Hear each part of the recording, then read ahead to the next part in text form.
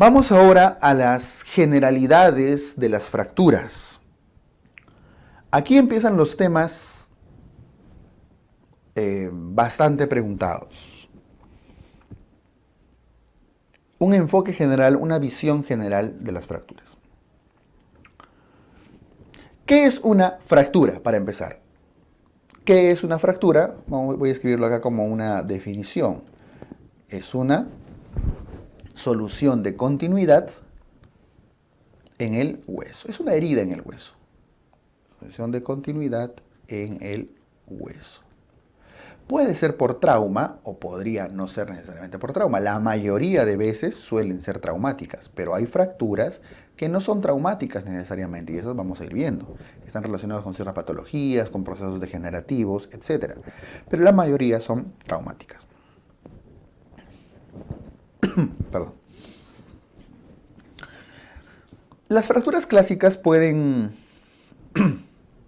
clasificarse de diferentes formas. Este es un hueso largo, ¿cierto? Estamos hablando probablemente de un fémur. Tenemos que describir primero la localización siempre de las fracturas. Una fractura puede estar localizada en la zona proximal de un hueso, por ejemplo, en su cabeza, en su cuello, en su zona trocantérica, a nivel de sus metáfisis, a nivel de su diáfisis o a nivel de las zonas distales.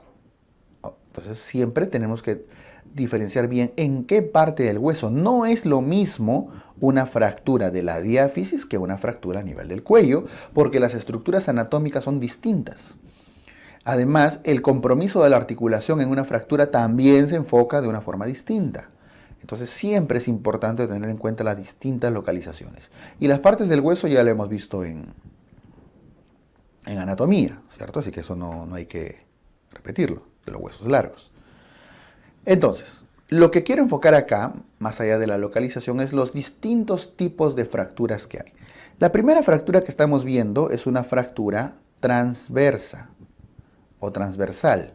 Es decir, la dirección de la fractura es contraria, perpendicular al eje del hueso, en este caso. Hay fracturas longitudinales, que en realidad muchos no lo consideran una fractura en sí, porque no secciona el hueso, no se parte, ¿no? Hay fracturas oblicuas. Entonces, o es transversa, o es longitudinal, o es oblicua. Hay algunas que son en cuña. Voy a poner acá un ejemplo. Una fractura en cuña, ahí está. O sea, un pedazo de cuña, ¿verdad? Ahí lo voy a poner arriba, en cuña. ¿Qué más? Hay otra forma de clasificarlos. Una cosa es la orientación transversa, longitudinal, oblicua, y otra cosa es el grado de desplazamiento. Lo voy a poner con azul. Esta es una fractura no desplazada porque el hueso sigue en su lugar, y a la derecha tienen una fractura desplazada porque los ejes están prácticamente cambiando de ángulo. Desplazadas y no desplazadas. Ahora, cuando es desplazada incluso puede tener muchos grados de desplazamiento. Eso ya con cada fractura vamos a ir trabajándolos. Existen un tipo de fracturas muy complejas que se llaman, también lo voy a poner de rojo por la orientación, que se llaman en espiral o espiroideas, espirales. En espiral. ¿Qué es esa de ahí? Como si fuera un tornillo, ¿verdad? Existen las fracturas que no seccionan del todo, solo afectan un lado del hueso. Se denominan las fracturas en tallo verde o en rama verde. Muy típico de los niños, porque como el hueso no es muy rígido, entonces no termina seccionándose en su totalidad. Existen las fracturas en conminuta. Listo. Entonces, hay distintas formas de fracturas. Unas son más estables que otras. De hecho, las clásicas, desde el punto de vista de la orientación, suelen describirse las transversas, las oblicuas y las espirales. En cuanto a la orientación me refiero, ¿ah? De esas tres, transversal, oblicua y espiral, la que tiene más estabilidad es la transversa. es la más estable de todas, desde el punto de vista de la orientación. La más estable. La oblicua y la espiral se les considera fracturas inestables. Igual, otra fractura estable también viene a ser la fractura no desplazada. Cuanto menos desplazado esté o no desplazado, también tiene que ver con la estabilidad. Entonces, hay diferentes formas de clasificar, de describir. Yo lo he hecho de una forma integrada acá porque nos va a ayudar mucho a responder las preguntas. No quiero hacerlo muy académico desde el punto de vista así, según el criterio según el criterio... No. Aquí una lista de los principales tipos de fracturas que tienen que reconocer y todas suelen preguntarles. Bien.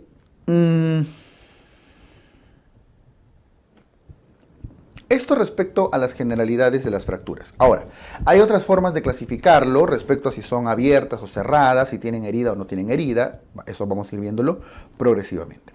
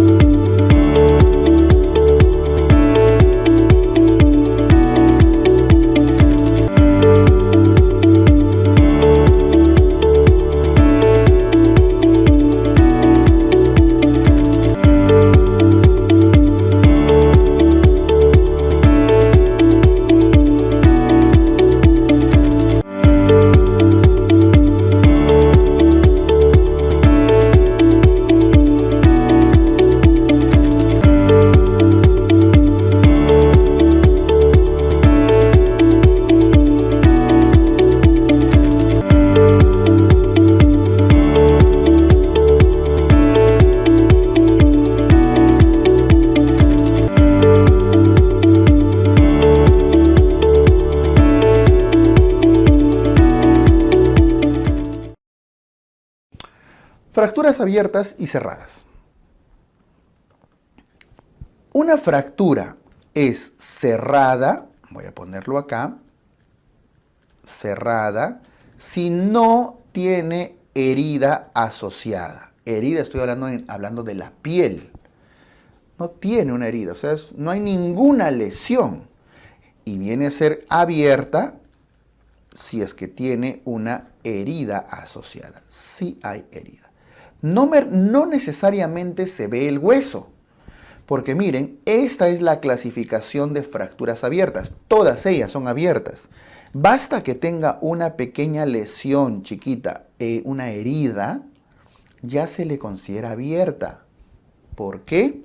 Porque por más pequeña que sea la solución de continuidad a nivel de la piel, es una puerta de entrada para gérmenes, para estafilococos. La posibilidad de hacer osteomielitis, ya, aunque mínima, ya existe. Cosa que en la fractura cerrada es no imposible, pero muy poco probable. ¿Ok? Entonces, basta que la piel, el tejido celular subcutáneo, se haya hecho una pequeña lesión, ya es una fractura abierta. Ahora, esa herida puede ser un poco más grande. A veces se ve el hueso, a veces no se ve el hueso y a veces sí. Es más, a veces el hueso se puede dañar de una forma mucho más compleja y eso va agravando el caso, ¿cierto? Entonces, En esos casos ya el hueso se está volviendo expuesto. Estamos exponiendo partes blandas y exponiendo hueso. Entonces, en realidad no es lo mismo hablar de fractura abierta que fractura expuesta. ¿Ok? No es lo mismo. Usualmente para examen se les suele considerar sinónimos. De hecho, esto quiero aclararlo para que no vayan a entrar en crisis en el examen. Uy, dice expuesta, pero será abierta, no será abierta. En el examen es casi siempre igual. Pero para efectos prácticos, se hace expuesto cuanto más severo es esa fractura abierta. ¿Ya? Listo. El gran problema de las fracturas abiertas, su gran riesgo, no el único, pero el gran riesgo, es que hagan osteomielitis, infección, que se infecte, porque entran gérmenes. En cambio, el gran problema de las cerradas, dado que está cerrado, está íntegro, ahí está el hueso roto, ahí está la pierna, íntegro todo, esto genera sangrado, muchas veces masivo, aumento de volumen, edema, y como no hay por dónde liberar presión porque no hay herida, eso puede generar síndrome compartimental. Por eso, las fracturas cerradas se pueden complicar con síndrome compartimental principalmente, y las fracturas abiertas con infección, osteomielitis. Por eso las medidas a tomar en cada uno de ellos van a depender del tipo de lesión. Las fracturas abiertas tienen una clasificación histórica. De hecho, no es la que incluso el mismo CIE 10 y la clasificación CIE 11 incluso ya, y la clasificación de la Asociación Americana de Trauma le da, pero es de la que todavía se pregunta y la que no se ha dejado de usar, que es la clasificación de Gustilo o Anderson-Gustilo. Lo voy a poner acá. Anderson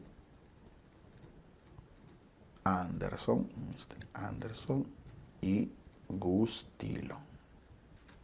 Bien. Anderson y Gustilo. Que clasifica las fracturas abiertas, ojo, solo a las abiertas, en 3 grados. Grado 1, grado 2, grado 3, incluso el grado 3 se divide en A, B, C. Y hay varios criterios. No necesariamente todos son los más importantes, pero vean, el grado 1, respecto al tamaño de la herida, el grado 1 es aquella que tiene una lesión de menos de 1 centímetro. Ahí está, como ven acá, menos de 1 centímetro. Un chiquitito, ¿no? ¿Puede contaminarse? Sí, una cruz. ¿Puede haber daño de partes blandas? Una cruz, mínimo. Con minuta, mínimo. Y no hay daño neurovascular, porque ni siquiera ha llegado hasta partes profundas, ¿no? No hay un daño neurovascular importante. El grado 2 ya tiene más de 1 centímetro. Ya puede haber más contaminación. Vean que ya se está exponiendo, ¿no? Hay más daño de partes blandas, hay más probabilidad de hacer una lesión incominuta, pero todavía no hay un daño neurovascular importante. El grado 3, que puede ser ABC, también tiene más de 1 centímetro, son lesiones más grandes, aunque algunas clasificaciones, algunas modificaciones a la clasificación de Anderson-Gustilo ya consideran de aquí en adelante más de 10 centímetros. Otros dicen más de 5, etc. Pero ya en general no tienen que memorizar eso. Se refiere a una lesión más grande, ¿no? Aquí importa el tamaño, está bastante severa, que tiene alta probabilidad de contaminación, por lo tanto alto riesgo de osteomielitis, alta probabilidad de daño de partes blandas, alta probabilidad de lesión incominuta y daño neurovascular, sobre todo en el grado 3C.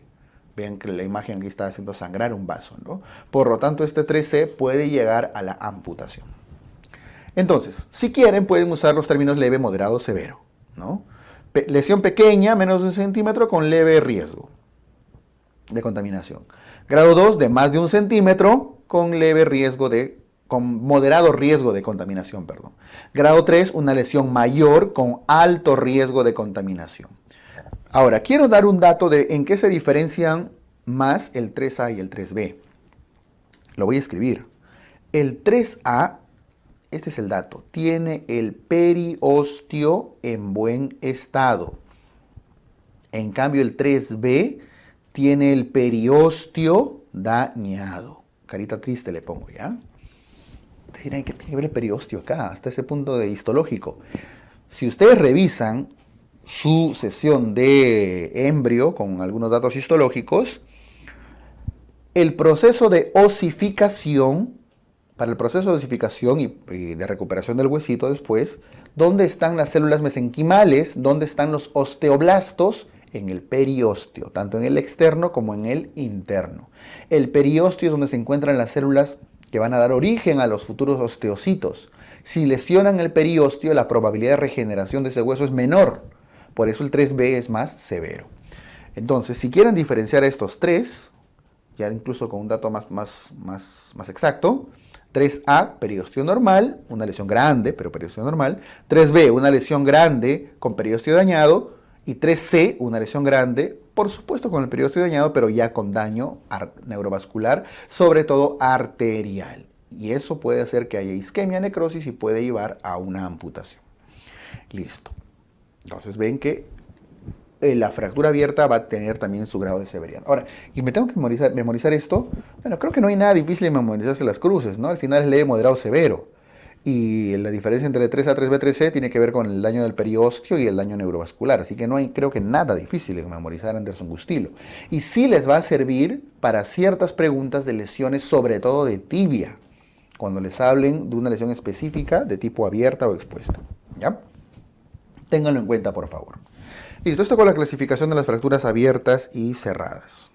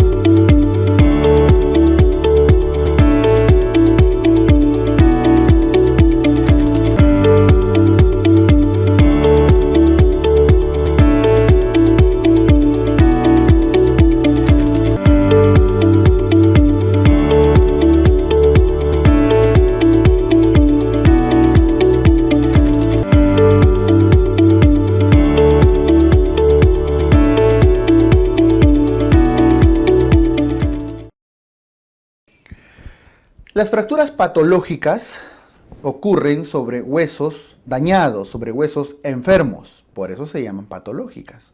Toda fractura está mal, es cierto. Pero si ocurre sobre un hueso con cierto grado de desmineralización, con cierto grado de descalcificación, entonces se llama patológico.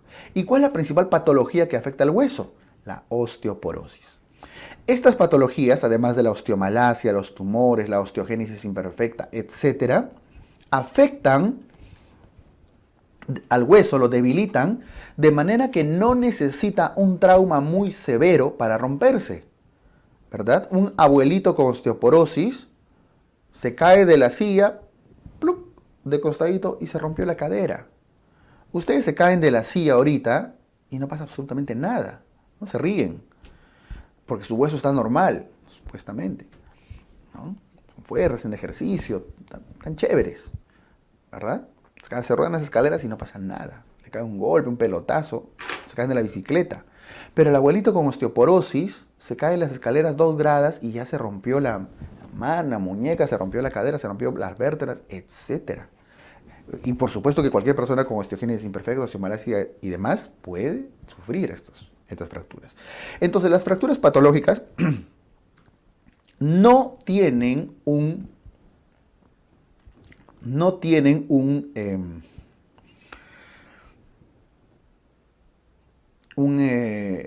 trauma muy severo. Y esto diferencienlo de las fracturas normales. Que una fractura es normal. Una fractura normal se refiere a una fractura sobre un hueso sano. Las fracturas normales son traumas muy severos, muy violentos, accidentes de tránsito, agresiones, caídas de zonas altas, etcétera, para que el hueso se rompa, ¿no? Un choque de un carro, de una moto. En cambio, las fracturas patológicas son traumas leves los que suelen generar la fractura, porque el hueso ya está desmineralizado. Bueno, la osteoporosis está resaltado porque es la patología que más afecta a los huesos y es la que puede generar la mayor cantidad de fracturas patológicas, sobre todo en los ancianos. ¿Cuáles son las zonas más afectadas? Ahí están, las zonas vertebrales, como ven ahí, las vértebras. La fractura de coles, que está ahí a nivel de la muñeca. Acá es la fractura de coles, ¿no? En la parte distal del radio. Ya en miembro superior lo vamos a ver. La del cuello del fémur. Ahí está, fractura del cuellito del fémur. Son los que más afectan. Sobre todo las vertebrales suele ser la más común. Sino que el problema es que las vertebrales suelen ser microfracturas constantes, permanentes. La del cuello del fémur y la de coles es porque se cayeron. Pusieron la mano o se golpearon la cadera. Incluso el hombro también, se puede romper. Pero el de las vértebras en realidad se va rompiendo progresivamente y el abuelito se va encorvando, achicando, ¿no es cierto? Te ven a su abuelita, ay, qué linda mi abuelita, su jorobita, ¿no? Está roto su hueso. Sino que ya pues son tantas fracturas, microfracturas que ya se va encorvando su espaldita. Bien. Listo. La mayoría de fracturas patológicas tengan este concepto. Al tener desmineralización, en el caso de osteoporosis, por ejemplo, es menos probable, es más lento el proceso de consolidación. Es más lento. Por lo tanto, la mayoría de fracturas patológicas necesitan cirugía. Ojo, este concepto ténganlo en cuenta porque les pueden poner una pregunta. Se fracturó un anciano de 70 años, se fracturó el cuello del húmero. ¿Y qué tratamiento hacemos?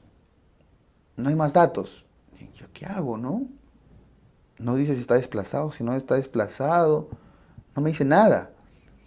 De 70 años, aunque no todos lo tienen, pero es muy común, ya el huesito ya debe tener osteoporosis, probablemente voy a necesitar una cirugía, que por cierto es lo más común, ¿no? Salvo hay otros datos. Pero les va a ayudar a tomar decisiones. Por lo tanto, el tratamiento de muchos de ellos, sobre todo en el caso de la osteoporosis, es quirúrgico, osteosíntesis.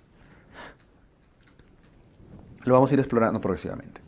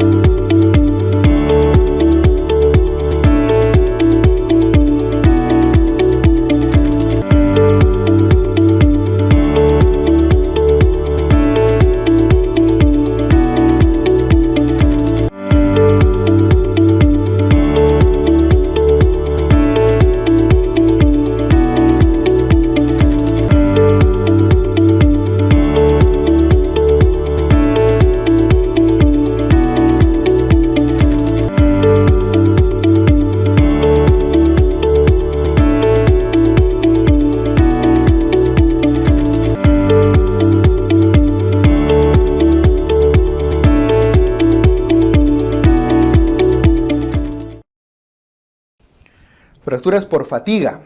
¿Qué son las fracturas por fatiga? Llamadas también fracturas por estrés. Ojo, pero no es porque están estresados y se fracturan. No, tengo guardias, 2 guardias seguidas, tengo que dictar clase. ¡Pum! Me fracturé. No, se llama la fractura por fatiga o por estrés. Se denomina la sobreutilización de una parte ósea. Microtraumatismos por esfuerzos repetidos sobre un hueso. Uno de los ejemplos más comunes es la fractura del soldado o fractura del recluta, que se da de esta forma. Esto, yo creo que sí notan el trazo de fractura un poquito, ¿no? Pero más importante que la fractura es ese halo blanco que tiene alrededor, que podría ser un cáncer, podría ser.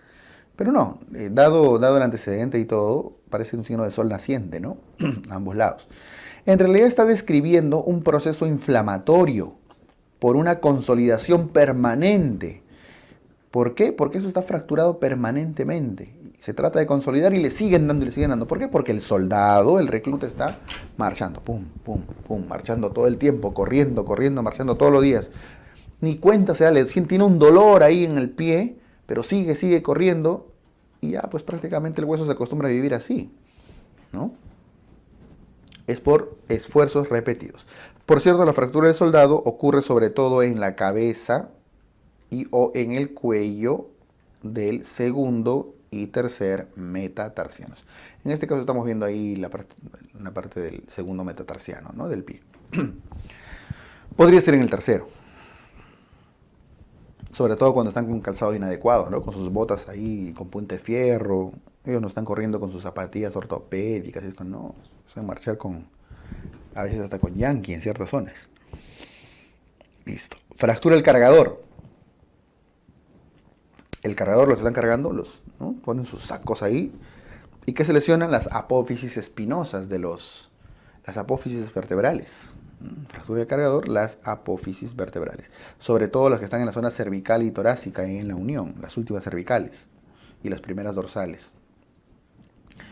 También pueden tener estas lesiones. La lesión de Olenquist ocurre esto, es una lesión muy similar, pero en la tibia. ¿No? Los corredores, los maratonistas, corredores de 400 metros, etc., a veces hacen malas estrategias de entrenamiento, y a veces, sobre todo cuando son amateurs, no tienen el calzado, la indumentaria adecuada y corren. No se trata de creen que correr nomás sin técnica los va a entrenar y el golpe constante por correr termina generando una lesión aquí a nivel de la tibia. Esta es la tibia, ¿eh?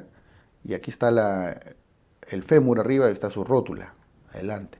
Entonces genera micro rajaduras acá en la parte proximal de la tibia, ¿ok? Desde arriba, el fémur lo está golpeando. El fémur lo golpea como si fuera un martillo, pum, pum, pum, pum, pum, constantemente. Y además de los meniscos y demás, puede generarse rajaduras acá en la tibia. Y eso genera un proceso inflamatorio crónico también. Si le toman su placa, todo esto está muy similar al de ese huesito de ese recluta. Y encima la piel a veces está roja, está eritematosa, caliente. El signo de Olenquist le llaman, típico de los atletas, de los corredores, en la tibia, parte proximal de tibia. Todas estas son lesiones por fatiga o por estrés.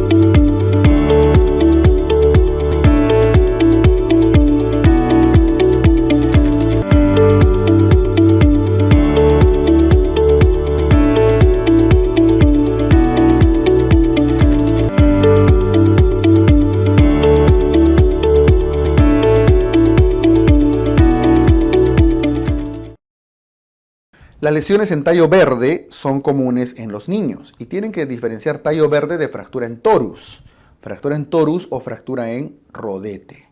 A veces a ambos los llaman los colocan dentro de tallo verde porque su mecanismo es muy parecido. Y en ambos casos la razón es porque el hueso, eso es muy común de los niños. Esto es muy común de los niños.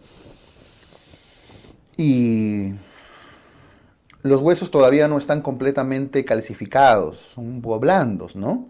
Y ustedes han visto la caña de azúcar, o en general cualquier rama que está verde, bonita, verdecita, húmeda, se lo quieren romper y lo giran y no se rompe, se tuerce, queda doblado, pero no se rompe del todo, a diferencia de un tronco seco que ustedes ¡crack!, lo parten y se rompe con facilidad, ¿no? Más o menos esa es la equivalencia y por eso le llaman en tallo verde.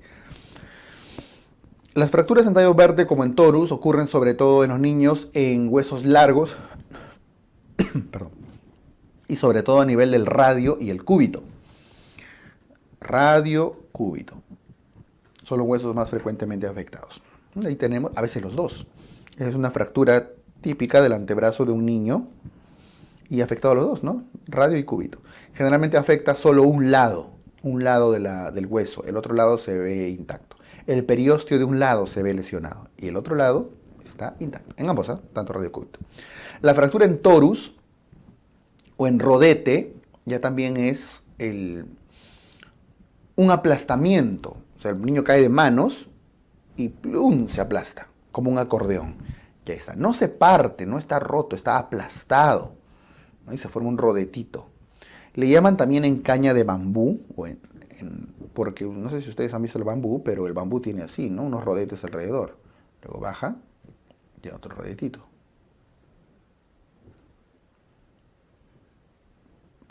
Ahí. Va. Eso es muy parecido a esa imagen, ¿cierto? Al menos una de ellas.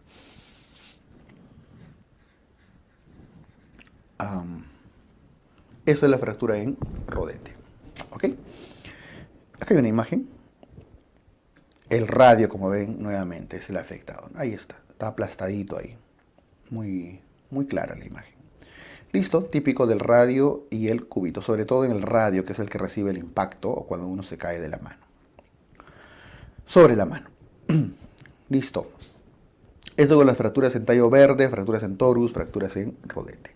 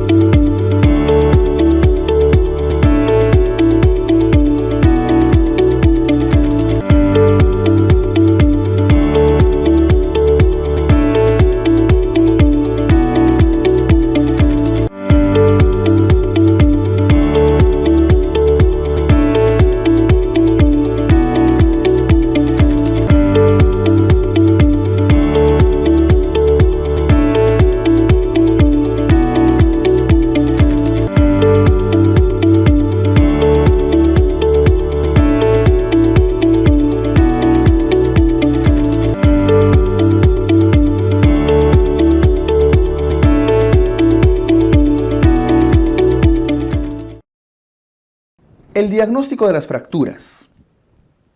Las fracturas se diagnostican clínicamente. ¿Y cuál es la clínica de las fracturas? Ahí está, la triple D. Entonces ven que la triple D está presente en casi todas las lesiones, luxaciones, lesiones tendinosas, fracturas. No estaba en esguinces, ojo, porque en esguinces no hay deformidad, en esguinces hay inestabilidad.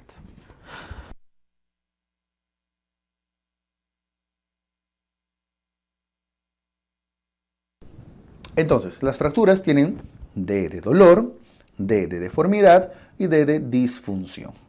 A veces la disfunción ya saben que se le llama impotencia funcional. Pueden tener equimosis, igual que otras lesiones, por las lesiones vasculares que se asocian. Puede haber crepitación, etcétera, etcétera, etcétera. Y si es que ya se complica, hay otras. ¿Cómo confirman el diagnóstico de una fractura? Lo clásico es con una radiografía, y de hecho la radiografía demuestra la gran mayoría de fracturas, muy claramente, sobre todo de huesos largos, ¿cierto? Huesos grandes. Entonces, la radiografía es el estudio de elección, siempre en las incidencias apropiadas, ¿no? Frontal, laterales, oblicuas, dependiendo del tipo de hueso que se quiere investigar. Ahora, ¿se puede usar tomografía y resonancia? Sí. La tomografía es útil, sobre todo cuando quieren explorar no huesos largos, sino huesos cortos. Esta fractura, que parece ser de escafoides, no lo podrían reconocer probablemente en una radiografía, entonces tienen que tomar una tomografía. La tomografía está indicada sobre todo cuando hay fracturas de huesos cortos, huesos pequeños o cuando tienen dudas diagnósticas. ¿Y la resonancia cuándo? La resonancia se hace cuando estas fracturas están asociadas a lesiones de partes blandas. O no necesariamente fractura, sino en general lesión de partes blandas. Lesiones tendinosas, lesiones de ligamentos, lesiones musculares. En una lesión del manguito de los rotadores les van a pedir una resonancia de hombro, ¿no? Para ver el tendón del supraespinoso, del bíceps, etc., de los redondos, etcétera, etcétera, etcétera. Entonces la resonancia usualmente tiene indicación de lesión de partes blandas y la tomografía de huesos cortos. ¿Y ahí termina todo? No. También se puede usar ecografía. ¿Qué ecografía para ver fracturas? Sí. De hecho, debería ser usado incluso en muchos casos. ¿Por qué? Porque con eso se están ahorrando, no más que ahorrando, evitando el riesgo de la irradiación del paciente, sobre todo si es que hay situaciones en las que no lo pueden irradiar, incluso gestantes, por ejemplo, ¿no? Gestantes, niños pequeños, etc. La ecografía sirve sobre todo para lesiones de huesos muy próximos a la piel, muy cercanos. Por ejemplo, aquí están viendo en esa imagen una lesión de costilla. Segunda costilla del lado izquierdo, ahí está la zona de rotura. Podrían usarlo para clavículas, incluso para pierna, ¿no? Y en general en cualquier lesión en la cual haya una contraindicación de usar radiografía o alguna limitación, o por último no hay disponibilidad de equipo. Entonces ya una ecografía les puede diagnosticar. Entonces, ecografía sobre todo en gestantes, en niños pequeños, grupos de riesgo los cuales no pueden irradiar, y en general cuando no hay posibilidad de radiografía o hay limitaciones en su uso. Bien, entonces los estudios de imágenes son muy variados y de hecho lo más frecuentemente usado es la radiografía.